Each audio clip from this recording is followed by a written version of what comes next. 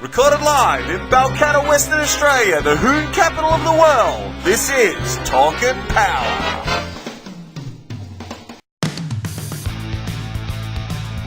Gap is what happens when you hold to the floor and crush the man next to you. There's space in between your back bumper and your front bumper. We, in the South, we refer to it as the gap band.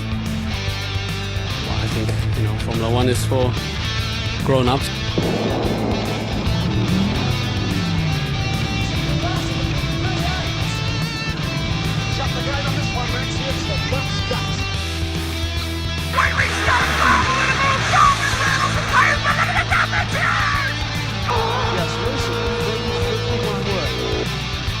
So, what about the sideways? You've got a race in your own lane. Now he's on the grass, he brings it back. That's a great driving there. Torque and Power, your motoring and motorsport podcast. And they're going to lay this Pro Extreme car down 1,320 feet. All right, the clutch car's hit by the beams. Left-hand side, Zappia. Looking good. Look at this. He's going to stay with it all, man. Top end chart 542. Yeah, baby. 265 miles an hour. How about that one? Unbelievable. 542 and 265 miles an hour for the Nooning machine. They got to be happy with that one. That was stout right there. John Zappia is a driving fool out there. How about that? 542, 265. Noonan to the front. Welcome to another episode of the Talkin' Power podcast. I am Nick DiCembri and I'm here with co-host Simon Gonzo Travellini. There you have it. Nick, 542. 542. After the week or couple of weeks of motorsport, we had to start with that. A lot of stuff has happened, but that was where we had to start from because that is unbelievable. John Zappia, straight to the front. Others with bigger checkbooks than him have tried. Oh, they've tried and they've failed. What an incredible run. Now the thing is, right, now that he's gone 542, can you imagine the data that he's got? It's phenomenal. So that particular pass, he went 358 to the 8th. So he actually went quicker the day before to the 8th, but I think they calmed it a little bit down at the start. It didn't look too calm. No, it looked like it carried the wheels. Yeah, it looked like it carried the wheels to half track. Yeah. But what an incredible run. Look, if anyone in the world deserves to be the quickest, it's John Zappia. As far as I'm concerned, he is the father of top door slammer anyway. Yeah. Where does it put him now? Where do we put John Zappia in the scheme of world door slammer domination? Well, I mean, look, the 8th mile stuff is what they run. I mean, all I can hope for, before Zapp left to go to the US, when he was talking about doing this deal, the thing that I was very keen on him doing was introducing himself to the sheiks. Yep. So he can get the opportunity to race in Bahrain and places like that and make money out of it. Yeah. Because he deserves. He's worked very hard to get to where he is. And, a lot of Australians have gone over there as guests, driven other people's cars, had excellent crews and never succeeded anything to this level. This is just unbelievable. And, just a credit to the guy and his crew and obviously the Noonan engine combinations. But I'm just so glad that he's done it, and he's done it in a very, very short, amount of time. Yeah. If you think about it, really, realistically, chronologically, he's gotten that deal. He's run it once with a converter drive. He's converted it to a clutch. Yep. And, within what? 2 meetings? Yeah, it was 2 meetings. Yeah, the Gallet and then Virginia Park. That's incredible. He sets a world record. Yeah. Unbelievable. Yeah. So, well done to John Zappia and his crew. We look forward to him coming back to Australia. No doubt he wants to get back there. I guess there's going to now be a push to get sponsorship and some corporate people behind him. There obviously needs to be some sort of synergy between an Australian and a US-based company where they would benefit from that, and hopefully he finds that particular company. The only problem with that, Nick, is that I think the PDRA is mainly made up of self-sponsored, races. So it's going to be interesting how he tackles that, because he'll be the first person to tell you he hasn't got that kind of money, and being based in Australia and having to fly over makes it, not double but 3 times more expensive. Yeah. So, look, Nick, I'd just like to take a minute to talk about something. I don't want to bring down the whole tone of the podcast, but a friend of mine who we'd built a couple of cars for, he took his own life about a week ago. The funeral was actually today, and I'd just like to reach out to anyone out there. If you're suffering from depression for whatever reason, talk to your friends, because if you go and do something like that, the pain that the rest of us feel, and your family and all the people that you leave behind, is just incredible. And we're all here for you. So anyone out there, I just want to reach out and just say, no matter how bad things are, and my uncle used to say this all the time. My uncle John from Northwest Engineering, I used to always be in trouble back in the day. Not that much has changed.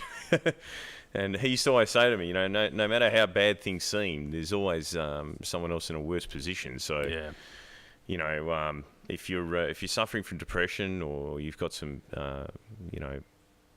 bad things going on in your life, reach out to your friends and get their support, because I'm sure that they and your family, they'll be there for you. And no matter how bad things are, it's there's always a way around it. There's always some way to get around it. So most definitely. And look, there's organisations now, Beyond Blue. They do a great job. The company I work for has supported them in the past as well. So there's, if you feel, and you shouldn't feel that way, but if you feel that your friends wouldn't understand, and I'm sure that they would, but if you think that they wouldn't, there's always those organisations that can reach out to. So anyway, while we're on sad news, Lewis Hamilton. Yeah, so we actually had 2 events between the two in our last podcast. So let's just touch off that Lewis Hamilton has won the World Championship. He sealed that with his 9th position in the Mexico race. We were really gunning for Vettel at the beginning of the season. Yeah, we certainly were. The reality was that the Ferrari is probably 2, maybe 3 years behind where we want it to be or need it to be. And I actually now have serious doubts about the Renaults as well, on the back of their very poor outing at Mexico. Yeah, I don't understand how they could go from, a reasonable engine to something that fails that, repeatedly. We seem to have a change in fortunes. Now Max Verstappen won in Mexico, and Daniel Ricciardo had an engine failure. He's had 2 engine failures in a row. Turbo in Mexico, and another turbo issue in the US. Verstappen's not throwing ball bearings in there or anything? No, you'd think he had a real dummy spit earlier in the year about his reliability of his car. Now it could have been worse. He could have been driving a Honda. Yeah, well, even the Hondas were having a bit of a red-hot crack. The reality was, in Mexico, we actually had 4 Renaults pull out of the race. So we had Daniel's car. We had who else did we have pull out of the? It was Daniel's car, Carlos Sainz's car. The newcomer Brendan Hartley from New Zealand, his car failed, and Nico Hulkenberg's, all Renaults. See, this is why I prefer Kenworth to Mack. Only truck people would get that joke. So, yeah, the 2 races, not good for Ferrari. In the US race, we were fortunate enough that Sebastian came 2nd and Kimi came 3rd. Now, what an awkward TV moment at the US Grand Prix at the end of the race. I had a chuckle. Probably, arguably, could have been handled better. I can't believe that it was... No. The drama. You got to admit, the drama. Now, I don't know if you remember this, but a few years ago... Peter Kapiris was leading the Top Door Slammer Championship, and Zapp had to I can't remember the exact circumstances, but he had to win the event and reset the national record or something along those lines. I do recall that, yeah. Well, they had the camera on Capiris. While that race was being run. And I thought it was a really cruel thing to do because, if you work as hard as that team did, and they're, at the time, I think that they were definitely title contenders, and, this is the same situation. It does make for great TV. You've got to admit, we're talking about it, so it must have been a good thing. I shared it on our Facebook page. It was quite an awkward moment. Did you have to do a stick drawing of it? No, well, I guess you can share stuff. Well, I did anyway. I haven't had a problem. But they haven't been banned? No, I haven't. No, not yet. They haven't shut down the Facebook page? No. You sure? We'll talk about that a bit later, you should actually. Check. We've been shut down with our supercars. But anyway, that's another story.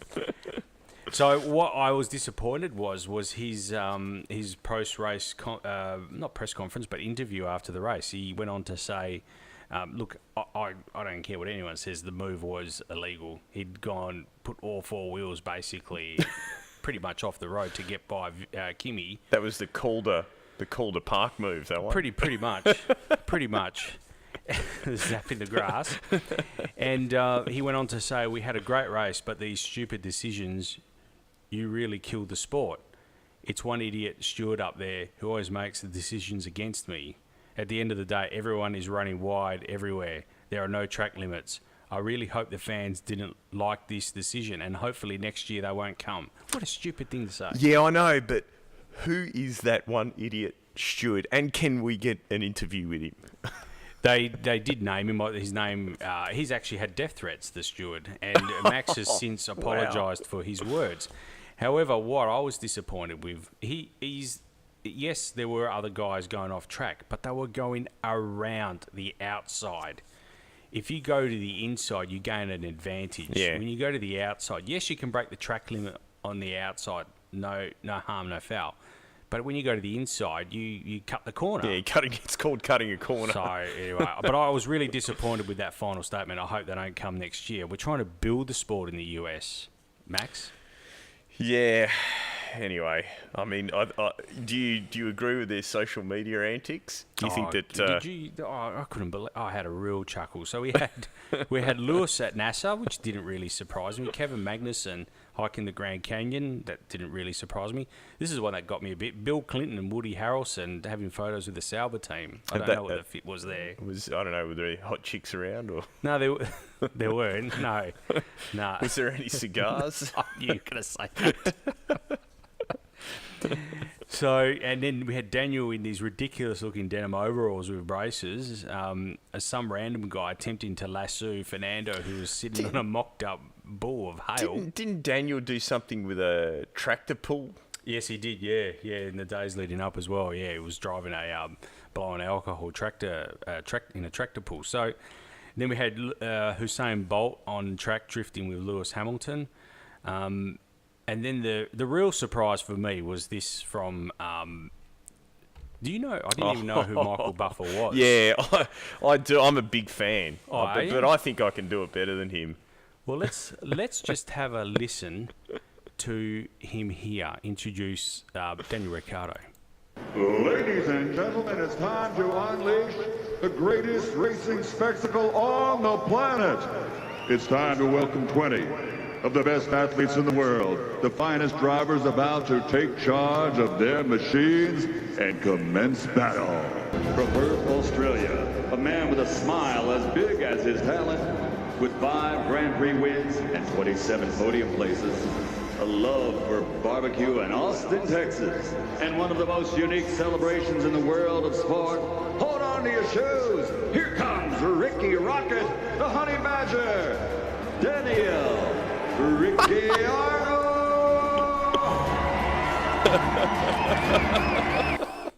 Can I ask, when did he become the Honey Badger? What's that all about? That was Nick Cummins, wasn't it? Wasn't it Nick Cummins? He was the Honey Badger. I still reckon I could do it better than him. I was in the right corner, weighing in at 270 pounds, Nitro Nick DeChamber! 270 is about spot on. And then I was I thought he might have opened the race with "Let's get ready to break track limits." you know, I pegged the mic then. Did it really? Oh, it did too. Look at that. It did too. So it was amusing to say the least. I guess a Formula One race in the US now with the US ownership, it was always going to be something like this, wasn't it? I mean, look, this is very reminiscent of the.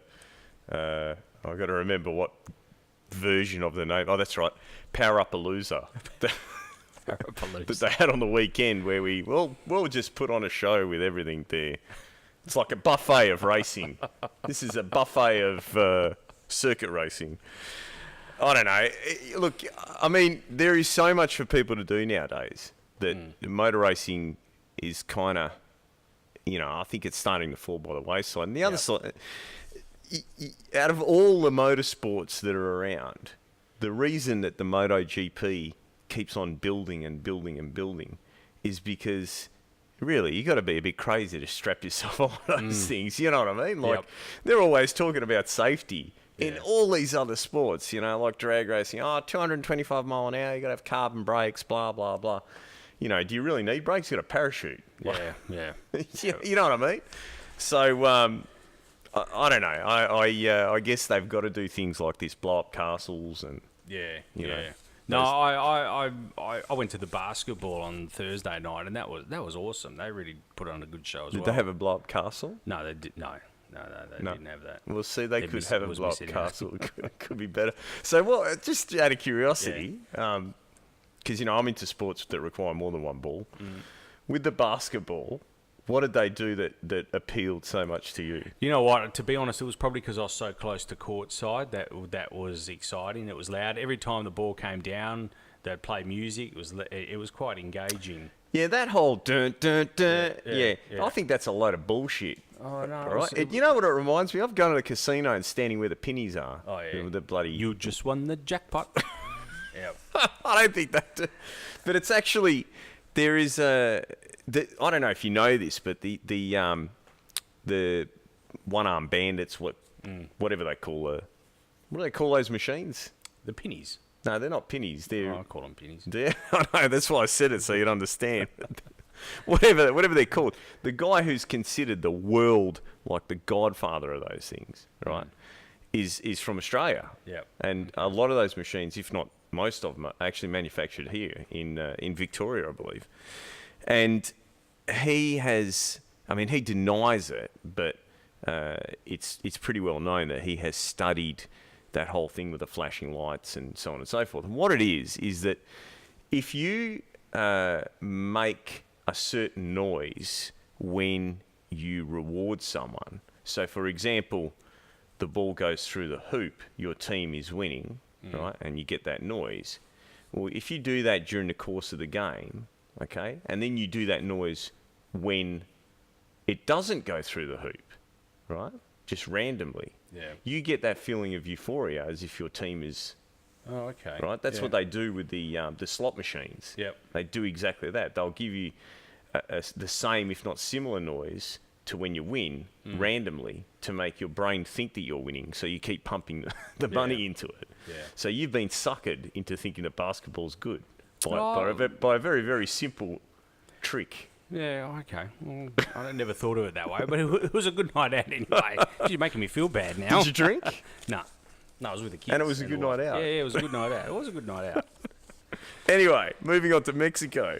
Well, we've pretty much covered the antics of Mexico as well, but we had Daniel not win. Obviously, he went out with a fundamental problem with the Renault engine. Now, they're really coy on what this issue is over at Renault because, as I said, there was 4 cars that went out that were powered by Renaults. Thankfully, Max was able to hold on for a win, but he do you think it was the fan belt? Turbo, allegedly, not the fan belt. Does that run off the fan belt? The flange gasket. The flange gasket. So could have been a broken frets. Yep. So I don't know where this puts Christian Horner has seen something. and that's why he's switching over to Hondas. We mocked him, a few weeks ago for making that choice for Toro Rosso to go over to a Honda next year, but maybe he can see something. I heard that he's getting ROC sponsorship. Oh yeah, breakdown assistance. Kimber's towing. Anyway, whatever the fundamental problem is, I'm sure though. How many races left now? 2?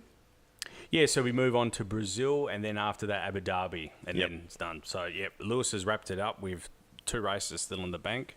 And the Mercedes has wrapped up the Constructors' Championship as well, haven't they? Yep. So, might as well not even bother watching the next 2 races. So we're not going to cover it the next 2 races, all right? So don't write in. We're done. We're done. All right, so the MotoGP. We had 2 MotoGP races as well. Yeah, but we had an important one, the Australian Grand Prix. It was huge. The Australian Grand Prix. Melbourne turned on the weather again. Victoria, they're raining for most of the race, or start of the race at the very least. Oh, look, it was it never. I was lucky when I went there. It was beautiful. Yeah. It was absolutely magnificent weather. Had an awesome time. I was telling someone today. Second only. Yeah, it was. It was a long time ago. Second only to my wedding day. Oh, fair enough. Anyway, so it was an epic battle. Yeah, it was. Right? And it just shows you how good this form of motor racing is. Now, I don't think I've spoken to a single person that watched that race and didn't comment about how incredibly tight and how close, just amazing. And it was a race right up to the end. It was. Well, you can looking there, 1, 2, 3, and 4, we got a 1.8 second split. That's crazy. Yep, that's crazy. That's how they finished. And then arguably, it's a bit of daylight between Carl Crutchlow and 4th, but that's really 3.8 seconds. That's not really daylight. I heard a rumour that they were that close when they were battling that they ended up with rubber. Yeah. On their leathers. Leathers, yeah. No, that's what I heard as well. They were very close the whole race. These guys, the top 6, 7 bikes were like you could throw a blanket over them. Oh, because they were cold. Yeah, they were. Because it was raining. Because it was pissing down. It's typical Victorian weather. So it left our man Dovizioso. He finished. What did he come in the end? I think it was 13th. Yeah, that's correct. 13th. Yeah, he had a really shit race. Yeah, he did. There's no ifs or buts about that. No, it was disappointing for him. It was good to see Iannone getting. He was up there as well near the end. There was a time where it was good to see Iannone actually finish a race. I nicknamed him Crash Bandicoot there for a while. He was off for a bit.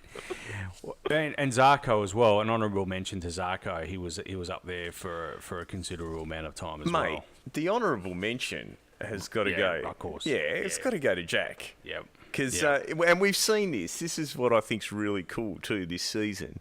At every single race, there's been someone from the home country that's led. Yeah. At some point, and that's awesome. I mean, how good is that for the local fans? It was great. He was legging it there at the start of the race. He was out in front, had a good substantial lead. Now this is what made. I mean, there was a few things that happened at Phillip Island for me that made it pretty awesome, but in particular, it was getting to watch Casey Stoner, an Aussie, win riding a Ducati with the Australian flag draped over it. Yeah. It was, I remember Frank was spewing because, he wanted Rossi to win. Yeah. And I said to him, come on, man. Dude, come on. Frank. Italian bike. Frank, come on. Aussie riding it. He'll be listening. What more could you ask for? It's like, you speak with even now a lot of guys that used to go for Italia in the soccer. Now they're swinging, they go for Australia. Well, I mean, changed, You should support the local team. That's right, yeah. Anyway, we moved on to the Malaysia race, which was just on Sunday. The weather was slightly better. Not on Saturday, actually. It was terrible on the qualifying day. Yeah, but they had the opportunity to qualify in dry and wet conditions, which is rare. Yeah. And I think that if you're a smart team, you'll work out a good setup for both. Yeah. So, and the smart team at the Malaysian Grand Prix was the Ducati team with Dovizioso winning the race ultimately. Yeah. And Jorge, we haven't seen Jorge. Jorge led the bulk of the race, really, and look, I don't know. I was going to ask you the end. Team orders? Is that what you're going to say? Yeah, it didn't look like team orders to me. It looked like he literally made a mistake and genuinely made a mistake. He's gone on to say that he didn't. Do you not forget, like a couple of seasons ago, the battles between him and Rossi? Yeah. I guarantee you there was no team orders. And even if there was team orders, he wouldn't have listened to him. But even if there was team orders, who has a problem with it? I certainly don't. I mean, I don't have an issue with him relinquishing the lead to Dovizioso to allow him to fight the championship one more race. I think that it's good to see him, back in some form because I've got to be honest with you. At the beginning of this season, I honestly wondered why they signed him up, and they signed him up for a lot of money. You know what I mean? He definitely wasn't earning his, but he's coming good towards the end. I don't know what it was. Maybe there's something that they're not telling us, but huge race for both those guys, and nearly a 10-second. It was for Dovizioso to third, but So anyway, good to see them coming on strong, and it's pretty close now. The points between well, it's still 21, but at least it's alive still. We've got one race to go, 25 up for grab. He's got a 21-point lead, Marquez. That is so. It's still live. I mean, we saw a Honda motor detonate itself like a Renault. Only a few races ago. What do you mean, like a Renault? Like a Honda? Like a Honda too, but the Renault's taken the title now for engine blow-ups. We saw that engine blow up in a dramatic fashion only a few races ago, and that will be playing in the back of his head, I reckon, Marquez's head. Oh, look, I think that he's just going to take it easy. He's got to finish in the top. Well, he's got to finish basically seventh. He would have to finish if Dovizioso was to win. He can't finish more than about seventh. I think it's seventh. Yeah, around there. But Dovy's got to win. That's right. Yeah, right. Yeah, and I'm sure there's a few people out there that are going to give Dovey a bit of a, bit of a nudge, hip and shoulder. How's your mother? Yeah. So, I don't want to talk about this. Let's go straight to the interesting stuff. NHRA was next. Yeah, but, you got all the bloody Top Fuel and all that. I was on the phone to the guy supplying the parts for the Camry. I was trying to get a hold of him. Yeah. And I actually got an email from him today. So this is some interesting. So this is where we're at. I'll just give everyone a bit of a Camry update. Yeah, let's do the Camry update now. So I don't know if you can see it in the background there, but I've pretty much got all the fabrication work done. There's a little bit left to do, but not a hell of a lot. Trev is in Bali, so it's just been me and Dave working on the car. You came in on Saturday. On Saturday, yeah. Did a little bit of work. So we've got broke left... a few things. Oh, that's right, you did too. Yeah. A couple of things. Well, you're going to have to pull that all apart and fix it. It's all right. Trev broke the stud on the steering column, so that's all got to come apart as well. Anyway, so where we're at is the gearbox is built, right? And I've just got to basically bolt the diff back in and a filter. Jamie from Shift Kits has had to write a strategy because we've taken the sprag out. We still don't really know whether this is going to work or not. So the shift from second to third is going to have to turn off one clutch pack and turn another one on. And because of the way the solenoid logic works in the valve body, Paul from Keys has had to introduce another solenoid. So we have got absolutely no idea whether this is even going to work. Right? Is that instilling you with confidence? Yeah, I know you're. Anyway, I'm ecstatic. So that's kind of done. You know, most of the other bits and pieces are done. WA Suspensions have come on board, and they've. Is it SEMA at the moment, Stewie? Stewie is he? Yep. Oh, there you go. That might be why I haven't seen my sway bar yet. I don't know if I'm supposed to say that actually. What's that? That he's at SEMA? Yeah, that he's not there. Anyway. What, is it a secret? I don't know. I probably shouldn't have disclosed that. But anyway, he's there. You'll have to edit it out. I better. Anyway, I think it's a good thing that people know he's there because he's obviously over there looking for new products. Yeah. Innovations, new products. Yep. Yeah. Anyway, so where was I? WA Suspensions. Yeah. Well, they've given us some springs. We've got a sway bar on its way. Most of the rest of the car is done, aside from putting a few bits and pieces. But and Grant from Performance Turbocharging, he's come on board. He's rebuilt the turbo. Oh, right, okay. Yep. So thanks, Grant. So I'm trying to think. Someone else came on board this week. Oh, that's right. Off the road tyres, OTR tyres. Yeah. They've donated to. You can't buy. Can you believe this? You cannot buy. For those of you that don't know what a hoop is, it's the outside bit of the rim, the blank bit. You can't buy hoops anymore. Oh, really? No, not in Australia, no. In the old days, ROH used to manufacture them, and I made a lot of rims over the years. Like, I either used to make them up myself or I'd give them to Summerfield Engineering to do. And obviously Stan the wheelman, he does them as well. But the hoops that everyone stocks now are to take a 14-inch centre. So if you've got a Monaro, for example, and you want to keep the Monaro centres, you cut them out of your 14s and you fit them into the new 15-inch blank hoops. So what we've had to do is I've got one here, actually. We've had to go and buy a rim, for a Land Cruiser or something, 15 by 7 rim, and cut the centres out. A brand new rim and cut the centres out. Oh, my God. And now we've got to cut the centres out of the Camry rims and, mock it up. So we've got that left to do. We're waiting on the tyres that are coming through CMP. But there's one small... I don't think it's a big deal. I figured out the injectors, because the injectors are completely like the sizing and everything and how they mount and everything.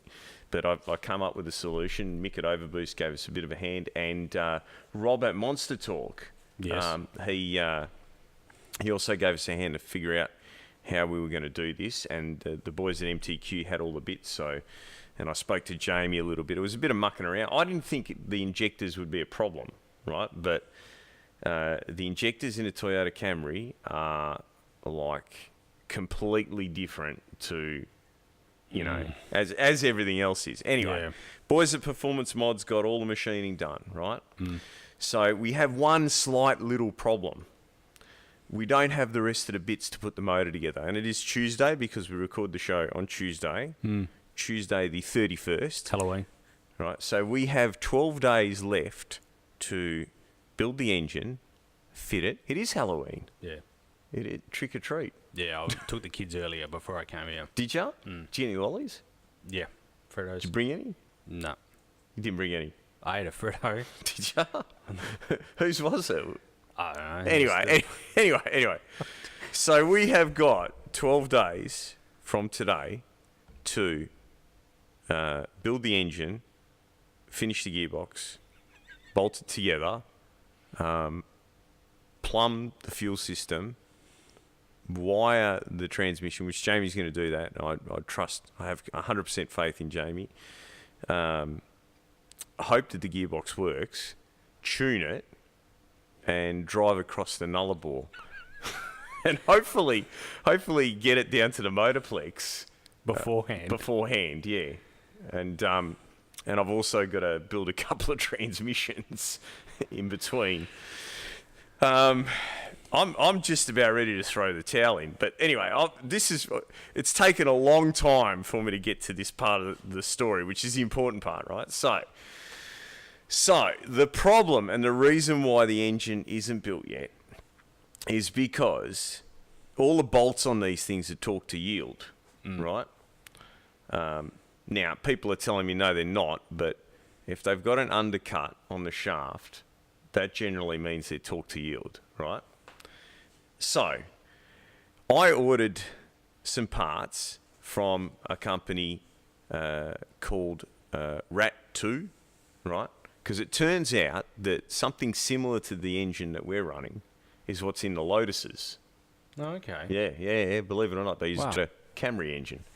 So it's not quite the same engine, but it's similar, and the head studs and bolts and so on are the same. And Ian Ratui is the guy's name. I rang him up a while ago, and ordered these bits.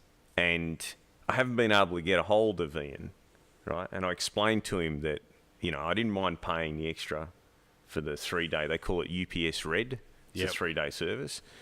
And when I was racing the blown car, I used to use it all the time, So I was starting to get pretty nervous because I couldn't get a hold of this guy, and I don't know where the parts are. But I've got a treat for everyone out there. So Ian got in touch with me last night, and we have a tracking number, ladies and gentlemen. I'm very excited about this.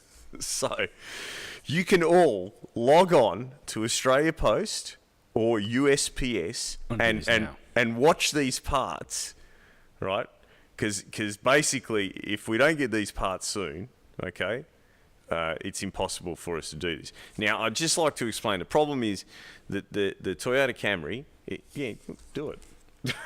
That's the number there. So Nick will post this up somewhere, I guess. So the Toyota Camry head gaskets are graphite head gasket, and apparently they blow head gaskets if you run them on 85 octane.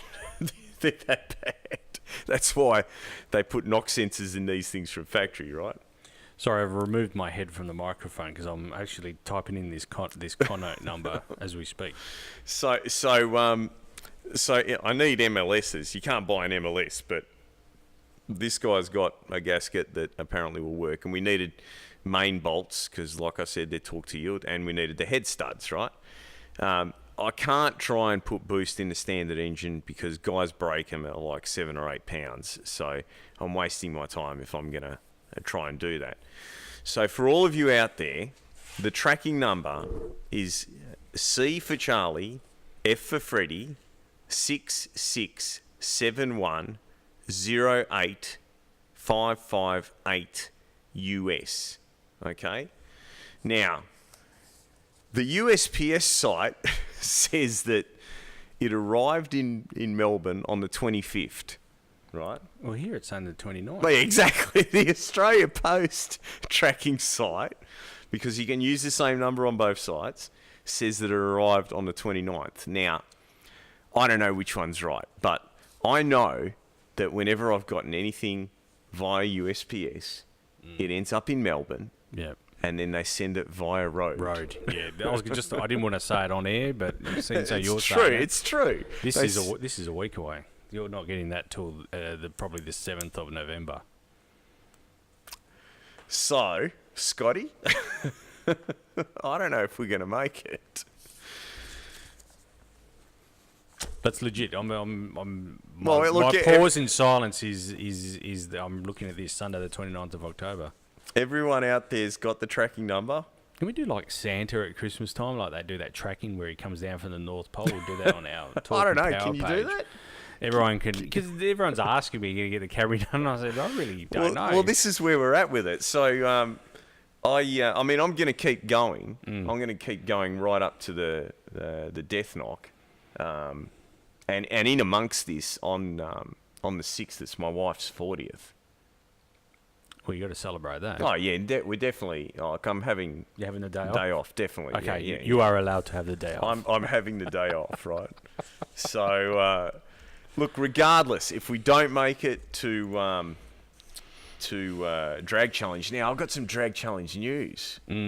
I've got some drag challenge news. Harry Haig. Yeah. Right. Okay. So Harry has had a couple of dramas with that car over the years. Lifter failure in particular. All right. So we discussed this a while back, and I said to him, look, when we're building something pretty radical in a Chev, we normally put a larger lifter in it, like a 930, because the Chev is 825 thou diameter lifter. So we normally put like a 930 or a 960 thou diameter lifter in it, right? So he's got the boys, Terry Seng and the boys at Paramount Performance, to go through the engine combo. And I believe, I'm not 100% sure, but I believe that some new manifolds have been made up by, oh God, I've forgotten his name now, from Six Boost. Can't think of his name. Anyway. And he's mounted two turbos now. It's twin turbo. And the turbos that he's used are considered by most people something you'd throw in a bin. They're not a ball bearing, right? Okay, so Terry's tuned it. They went down to the track. They did a half-track shut-off, right? It went 860 at 120 mile an hour. Wow. Right? Jeez. So Terry turns around and he says to Harry, "Are you ready to run a 7?" And Harry's like going, "Well, what are you talking about?" Now, you got to understand, this is like, if you haven't seen the car is Pop 666, right? It's literally, some old bloke's HQ. It's got the Venetians, the whole lot, right?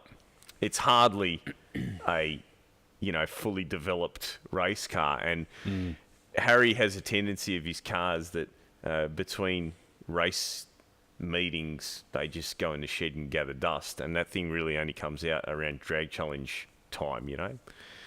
So on the next pass, car goes 790. Wow. Turn the wind up a little bit more, 780. Jeez. Bit more wind, 770. So he rings me up and he goes, "What are you boys over there got? What are you bringing?" And I said, "Well, as far as I know, 820. 820's where we're at over here." And he's going, "Oh, boys, don't bring a knife to a gunfight." And it sounds like he's bringing a cannon. Now, I've got it on good authority, not from Harry, but there's a bit more boost left in that thing yet, eh? Wow. So he's gone 770. 770, and he sent me some data to ask me about, what I thought about a couple of things. And, torque converters are a magical thing, and they tell you a lot about what's going on. And, man, they're not ramping the boost into that thing until it's down the track. So you reckon there's 30s in it? I don't know, Nick. I'm not going to speculate. Yeah, okay. I'm not going to speculate. But I tell you what, if you're going to drag, and the thing is, he ran that 770 in the heat of the day. Yeah. Everyone else went 2/10 slower. Yeah. Okay. Yep. Right. So, he's got a pretty serious car, and he reckons it drives like a Cadillac.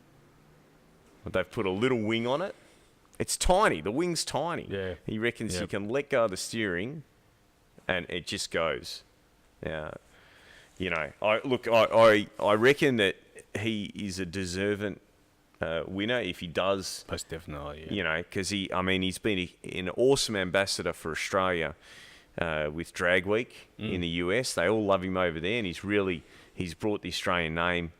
He's done a lot for Australia in terms of bringing back our popularity over there. Yeah. So everyone, keep an eye on that tracking number. And if you know anyone at Australia Post, pull some strings for us, please. But yeah, I think look, we're a lot closer than we were. Yeah. Yep. So you put in a lot of hard work. So I think the LSD, that was pretty cool. Yeah. I saw photos of that. Oh, did you post them up? No. Oh, look, Nope. You've got to post the photos. Can I? Yeah, okay. You have All to. right. That's a work of art. All right, we'll put some photos up then. I didn't want to do it. I didn't know if you wanted that disclosed or not. So yeah. Okay. It's a pretty cool thing. So anyway, so NHRA? Pro mods. It's finished. we finished for the year. We went out in style. Not we, but our man Stevie Jackson went out in style, having a win against the eventual champion Troy Coughlin. Yes. So it was really good to see Stevie win his final race, and I think it's put a prep in his step for next year. Well, definitely, he has definitely said that in the interview. He has said that in the interview. To win the last race of the season is a game changer for us. Nobody wants to eat their Thanksgiving dinner thinking about their butt kicked. So, yeah, he's obviously finished the season off in style. Qualified in the third spot, Mike Castellano in fourth and Troy Coughlin. They were really the only two that could win. It was Mike and Troy. Mike went out in the earlier rounds and Troy went all the way to the final. He had an engine, well, I won't say engine failure, but he had a failure of some description.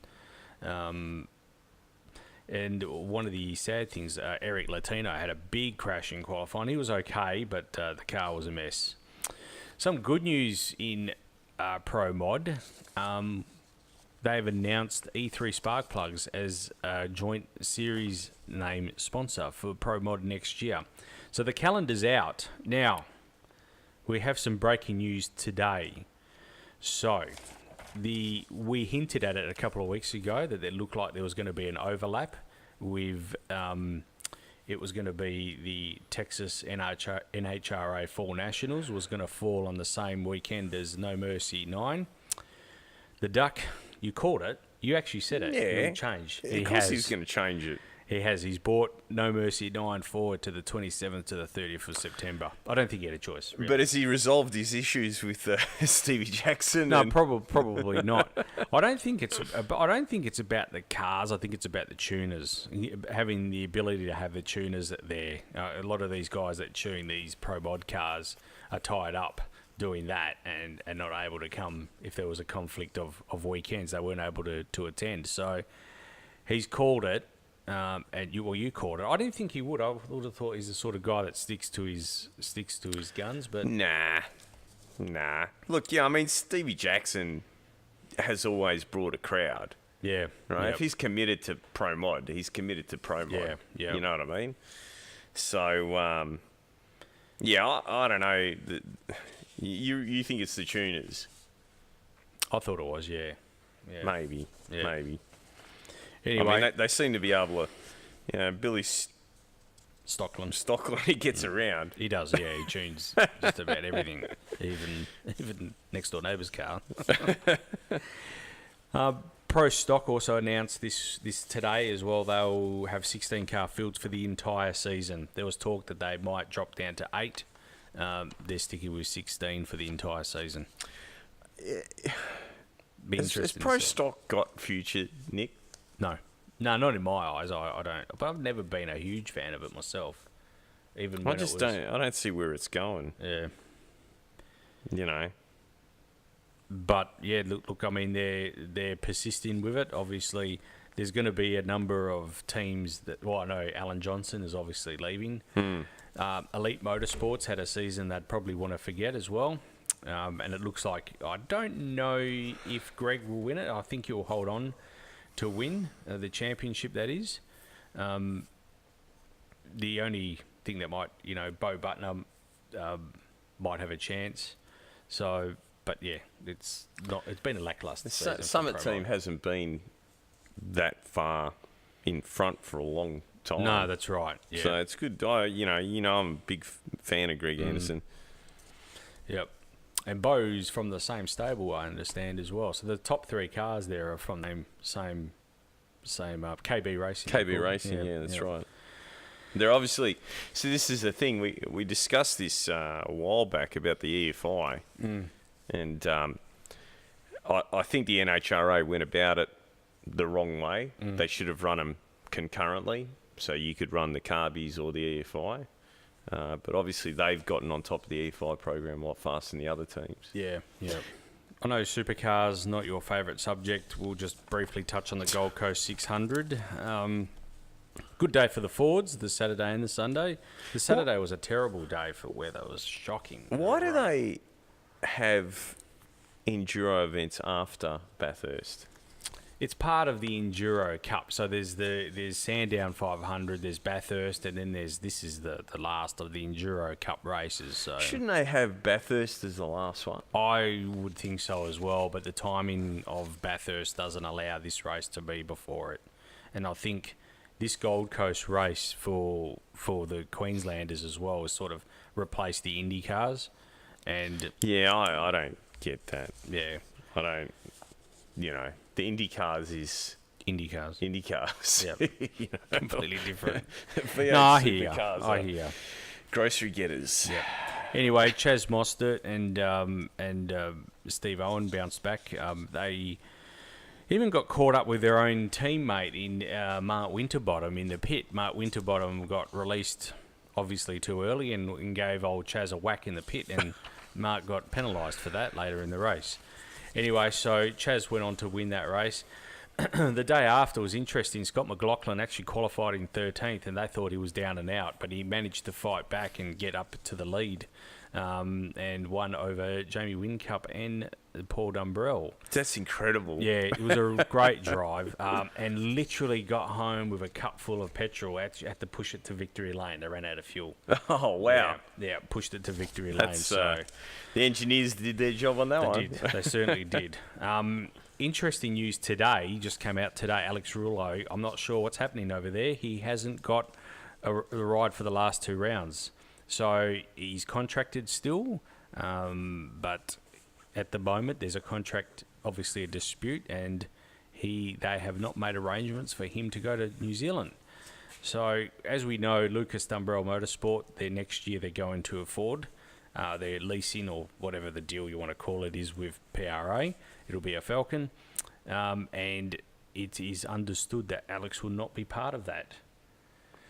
That's incredible. Yeah, so it'll be interesting to see how Alex and... So what is the basis of that? There's no cats out of the bag yet? No, nothing yet. No, it only happened today. So he's only 17 too. Yeah, he's still at high school. He's a Trinity boy actually.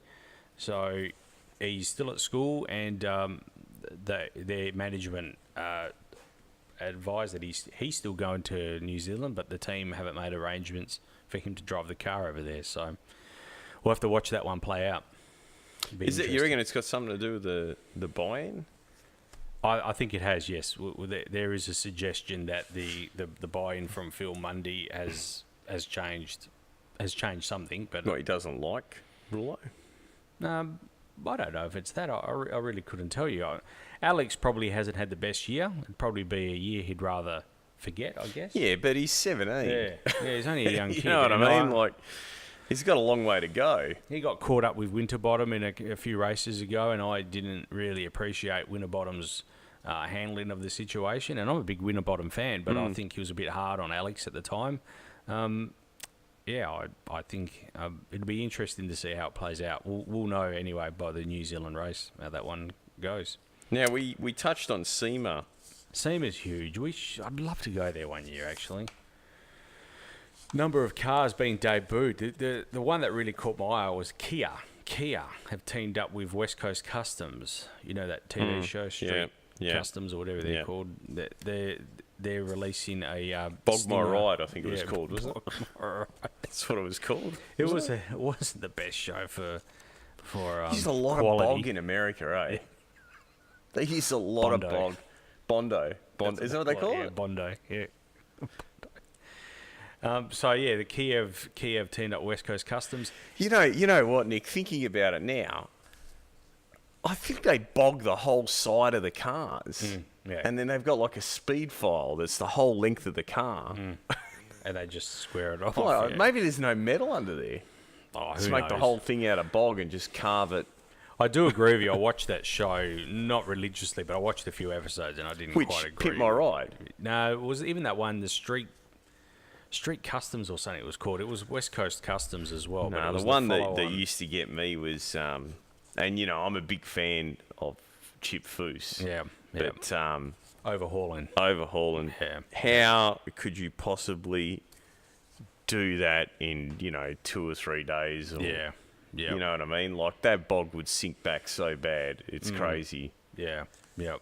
But maybe they got special bog over there. They use that much of it that they might have developed a special bog. I have actually heard that the Bondo, or whatever you want to call it, that they sell at Armadale Auto Parts. Yeah. It's an American one. Okay. Apparently that doesn't sink back. All right. Okay. So, anyway, nonetheless, Hennessy Performance have unveiled a six-wheeled version of the Ford F-150. Ford actually bring 50 cars, or around about 50 cars, to SEMA, and obviously the Mustang is, they got 7 of the Mustangs leading the showcase there. There's a Jack Rouse Mustang, as we'd come to expect. have they rebodied one? Yeah, they have. They have, because The Roush one is rebodied. Because they are the ugliest car on the planet. I've got to be honest with you, you won't like the Jack Roush one. It's even uglier. Yeah, no, it's That not, bonnet not good. line is... I don't know what's going on there. It looks like a steel cap boot. Yeah, you won't like the wide body Roush one. There's a photo of it there. I didn't like it myself. They need to fix the bonnet. Yeah.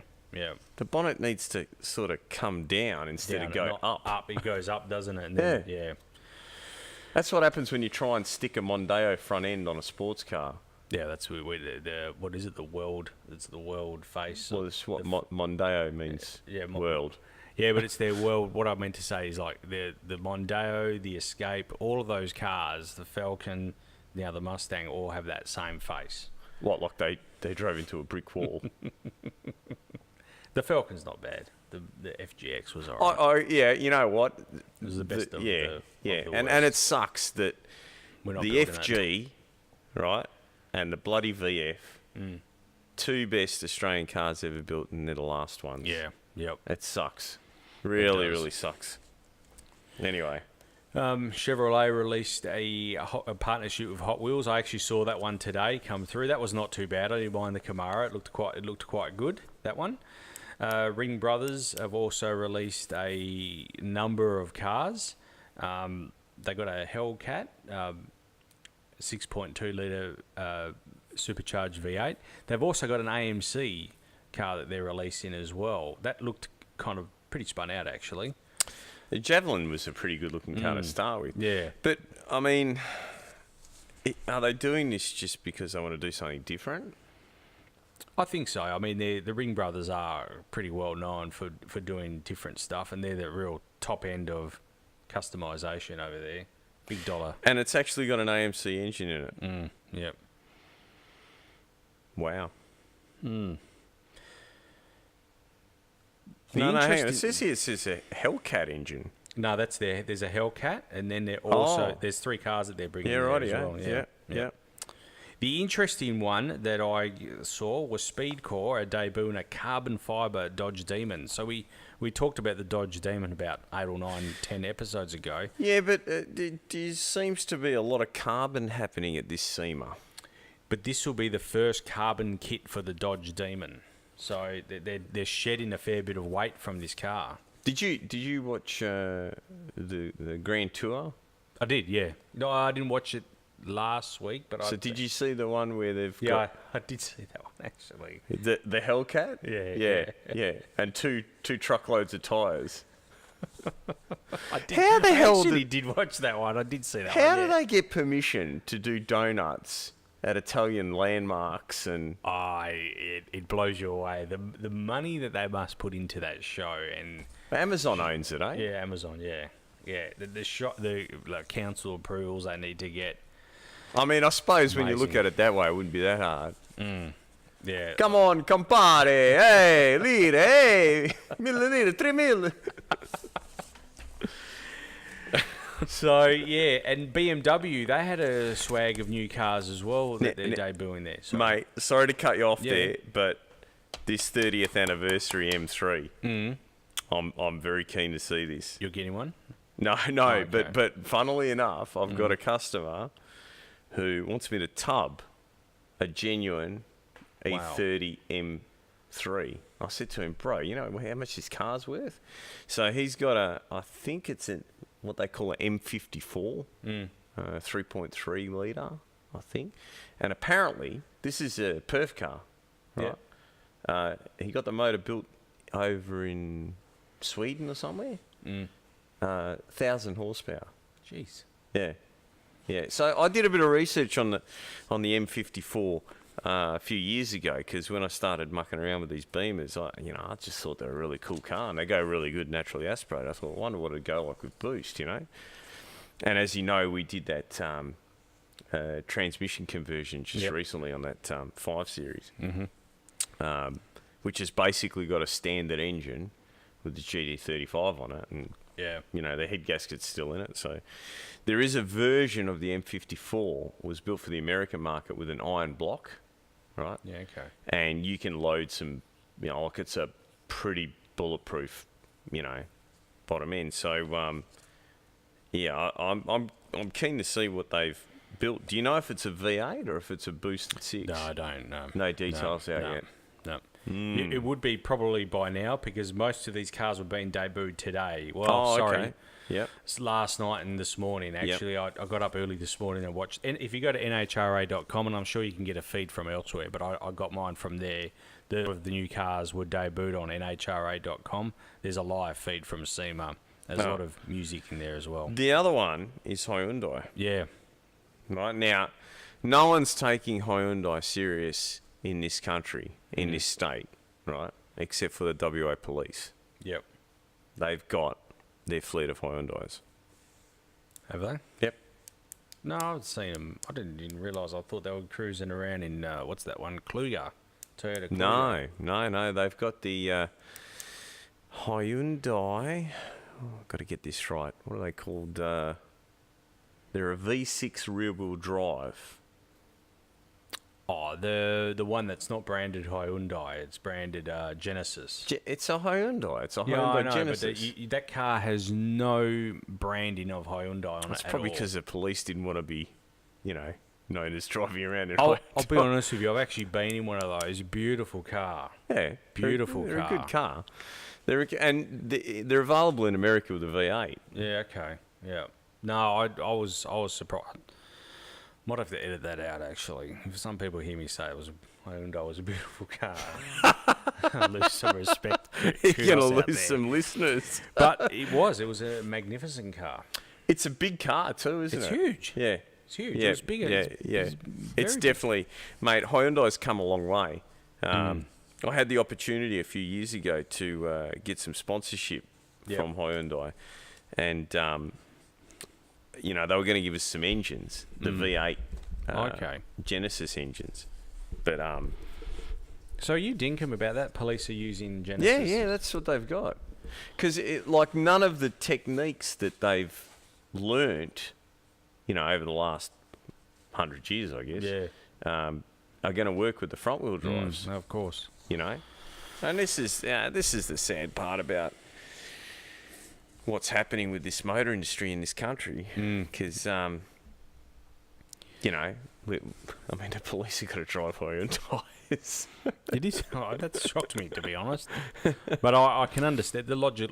It does logically. I understand. Well, you know what I mean, like beautiful. how they, deal with certain situations.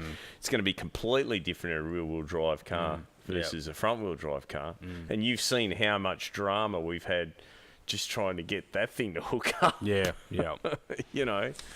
So, Anyway, so I look forward to seeing what they've got coming out. I think that there is going to be a big shift in the industry, in the performance car industry. I think we're going to see more BMWs, more Mercedes, and maybe some oddballs like the Hyundai and so on. Yeah. And I think that unfortunately, and it's their own fault, Ford and General Motors, they're going to go to the back. Yeah, no doubt. It's sad, but they may lead sectors in the market like not SUV, the work trucks, the Ranger, and that sort of stuff. SUV. Yeah, I know you call it an SUV. I still can't. I know it's because utility vehicle, but I still think an SUV is like soccer mums. But anyway, no, that's a soccer mum. That's different brand, different markets, different market. I don't know. Yeah, I know the Ranger's flavour of the month at the moment. I've driven one. It was a wild track. It was a customer's car, and I drove it from basically Bunbury to Perth. It was beautiful. Yeah. Magnificent. Yep. Loved it. But it was only 2 hours, but I mean, it was down a straight bit of road, down the freeway. But yeah, had lane assist and all those sort of features. It was a great car. I'm going to set the table here for you. We'll finish off with this. I'm going to set the table. And now I'm going to play a segment of another podcast called Shift and Steer. Now, I'm not mocking these guys. I'm not mocking them. But I am chuckling at what they think or their perception of a right-hand drive vehicle is. Let's just have a listen here. Did such a good job on that thing. We didn't have to touch anything. We didn't mess with the carbs or anything. It just fired right up, and it's right-hand drive. It's got a T5 transmission in it. It's got a hot little engine that makes like 2.25 horsepower. I don't shift well with my left hand. No, and the question everybody seems to ask is, when it's right-hand drive, is the shift pattern flipped? And no, it's the same. No, it's the same. Not. They it's don't the change same. the transmission. Yeah. So first gear with your left hand way over is here. out toward the driver's side door, right? So you're out there, and it's not close. If it was backwards, I think it would really screw you up because you're used to going. I don't know. It's just. I mean, I've driven one car with a right-hand drive, and shifting it's just weird. It's weird, know? Especially when the clutch is on the wrong side. It's in the middle. It's weird. No, you got to straddle and put still your, on the other side. The pedals are still on the other side. What is their perception? I don't know. Of right-hand drive vehicle? I've been to the US. I didn't have any dramas. I've driven in the US only once. No, twice. Sorry, twice on two separate occasions, and a myriad of different vehicles. I had no problem. No, at all. I didn't. And like the first lap I did in a left-hand drive car was a 650 at 220 mile an hour. So I don't know. I think those guys. What car were they talking about? It was actually Adam Carolla's Bluebird that he's trying to sell. So it's a Paul Newman. I think it's a Paul Newman Bluebird. So you remember the old Nissan Datsun Bluebird? It's a racing car that they're trying to sell, and it was a right-hand drive. I think it may have been from. It had a. Sounds like a Group C car. Yeah, it looks very similar to. Do you a Group remember C those car. things? Yeah, I do. That was pretty cool. George Fury. George Fury, Yep. yeah. I think they were talking about that car, and it was from Japan originally, so it was a right-hand Were drive they vehicle. turbocharged? Yeah, they were. Yep. Yeah, they were a bit of a beast, eh? They were. And they looked cool with the box flares. They did, yeah. Group C, that's what we need. We need Group C back. I agree, 100%. I've said that a long time ago. It was just Loved a cool C. class. Oh, you were going to talk about Powerpalooza. No, I was just going to, I don't know. We obviously, you didn't go, and I didn't go. I didn't go, but I had a lot of customers ring me back. Oh, not ring me back, ring me up about it. And they ran it on the Sunday. Yeah. And, look, the drag racing fraternity in Western Australia definitely bent over backwards to try and support the event. Two of my customers had rescheduled to work on Sunday so that they could race on Saturday, right? And then rescheduled again to be able to race on Sunday, and actually went into work, did a few hours, and then shot down there and raced. So all I know about the event is that Albie won top sportsman, and Johnny Hugo is what we call Breezy. with the Trans Am. Yeah. He ran it up. Yeah. But he ran a PB. Yeah, okay. That's got I think they call it a LSX 454R. Mm-hmm. It's like a crate sort of engine. And they fitted a dry sump to it, right? Went 8-1. Wow. That's incredible. Yeah. When he rang me today, I was like, really? Yeah. Yeah. That's all I know about the event. I don't really... I also believe that they cancelled Outlaws. Yep. And Sugar Smith Racing, I think that's what they're called. Lovely couple. Jody, I think the... is that Jody Mellett? No. Like, no, I'd be lying if I said. But anyway, I know that they made our wedding cake. Oh, okay. So I probably should know. And I know she gave us a video when I was driving the funny car and the shoots failed. I was racing her. Yep. So she gave me all the onboard footage. It's pretty spectacular when it goes into the sand. It's like I hit a wall of sand. So I know that she raced in modified. Yeah. Because they wanted to get some laps down. Yeah. So, but yeah, I don't know how the event went. I mean, it sucks when you get bad weather like that. Because even if you have fantastic racing, which I've seen happen there before, there's no crowd there to soak it up. Yeah. So it was terrible weather Saturday night, especially about 6:30. It just sort of clouded over, and that was the end of it. I can tell you now that you can just feel it in the air that the drag racing fraternity and what's going on at the moment in drag racing in Western Australia. Yeah. It's just a big improvement. Everyone's pushing to go quicker and get down there and do laps, Yeah. So I think it's going to be a good season. There's a test and tune coming up, and then the Golden States. Yeah. So we'll see. Hopefully they get good TV coverage, and these guys get the opportunity to, get the sponsorship, because that's what it's all about. It's about advertising. That's right. If they can't get the advertising, they're not going to get the sponsorship. If they can't get the sponsorship, they can't afford to go racing. Went down to All Ford Day on Sunday. Did ya? Yeah. Where did they have it? Bassendean Oval, Blue Steel Oval, yeah. Yep. Swans, still Swan District's home ground. It's quite good. There's a lot of cars. More cars than I've ever seen there before. Really? Yep. I went there for the GM Day, which... The GM Day I've been before. That's well patronised as well, but I felt this was probably the best All Ford Day I've been to in a long time. Anything that stood out? Yeah, there was a number of... Was that on Sunday? Yeah, on Sunday. Yeah, right, because I forget whose car it is, the orange XW with the white interior. It's been in a few magazines. Oh, Dom's. Dom LaCastro's. Is that Dom's? Yeah, yep. That one, was that down there? I didn't see him there, no. It could have been. There was a lot of cars there. I don't actually know. Not the orange one, the gold. Oh, Johnny's. That's with it. the white roof. Yes. Yeah, Johnny was there, yeah. He was there, yeah. I saw him driving down Marangaroo Drive. Yeah. And it was a ZC or ZD. That's his father, the Sheik. White one. Yeah, the Sheik. The Sheik? They call him the Sheik. Why is That's that? his dad. That's odd. It's a name that goes back a long time ago. He's a former employee of his. He used to call him the Sheik because he looked like one of the wrestlers called... I can't remember. There's a wrestler called the Sheik. Something. Is that right? Yeah, he does resemble him. Yeah, well, I saw them. Johnny's his name. That thing sounds like it's off its head. Yeah. That's his. And then his brother's got a yellow Mustang as well, Tony. Right. So they're into it. Yeah, They cool. were down there to chat with them. So anything that stood out?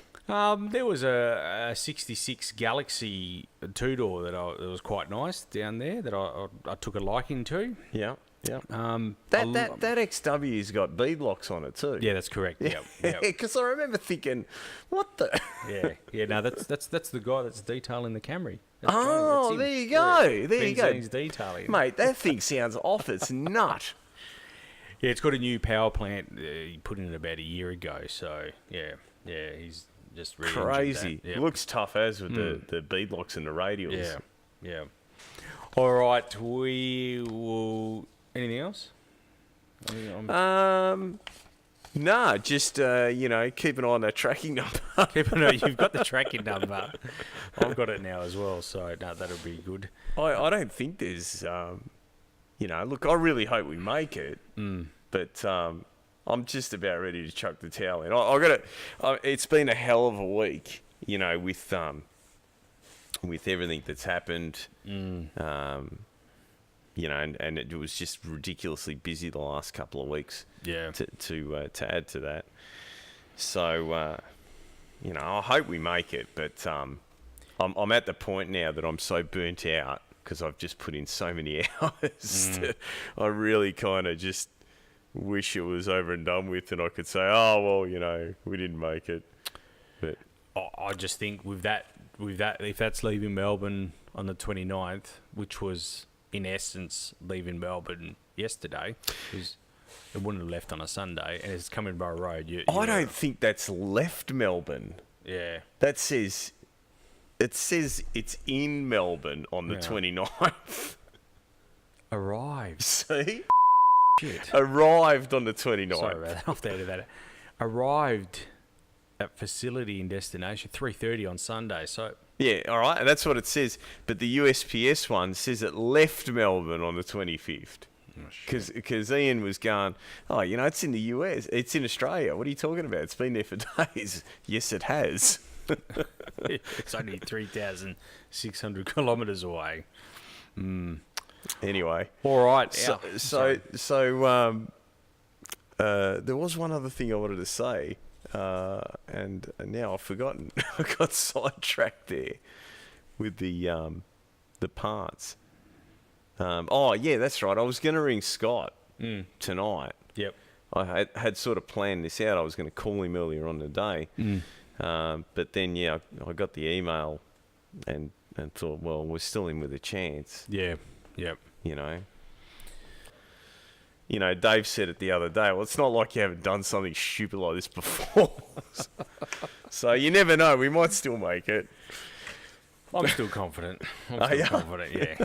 I just need to book some plane tickets, that's all. But I haven't booked it yet because I am confident, but not that confident. Yeah, well, you're more confident than me. Like I said, I think I said in the last episode that if the car makes it there, then we know that the hand of the Lord reached down through the clouds and touched the Camry. And we will be invincible. Oh, God. All right, speaking of a helping hand, not just from the good Lord, but we are getting a good helping hand from All Fast Torque Converters. That's you over there. Keys Transmissions, Shift Kits Australia, BG Mechanical, Mach 1 Air Conditioning, Challenge Batteries, Benzene's Detailing, WA Suspensions, SCM Performance, Bryson Canvases, and OTR, Off the Road Tyres. OTR, Off the Road Tyres. And who else? There's more, but wait, there's more. Yeah, you said Bryson Canvassing. Bryce Canvassing. Yep. Mick at Overboost. Mick at Overboost. And Rob at Monster Talk. Yep. Who else's balls have I broken? Not mine. So no? That's a good. And of course, my beautiful wife for never seeing me. I know. Even my wife, when I go on a Saturday morning, she goes, "You off again, yeah, I'll see you later." All right, but we will... Wish me luck as I wave you goodbye. Here I go. Anyway. On that note, thanks, Simon. Thanks for having me here at All Fast Torque Converters. Oh, yeah, I still got a few hours welding to do. Oh, do you? All right, well, I'll I was thinking about whether it would interfere with the podcast if I was just tigging something up. Short the computer out. It might do. It might sound better. All right, guys. Thanks for tuning in. Thanks, Simon. Thanks, Nick. Take care. See you on the street. Bye.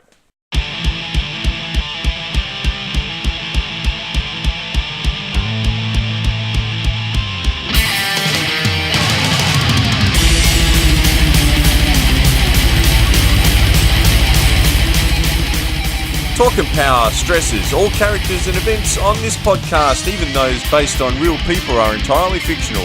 All celebrity voices are impersonated poorly. We do not encourage street racing or the use of turbochargers.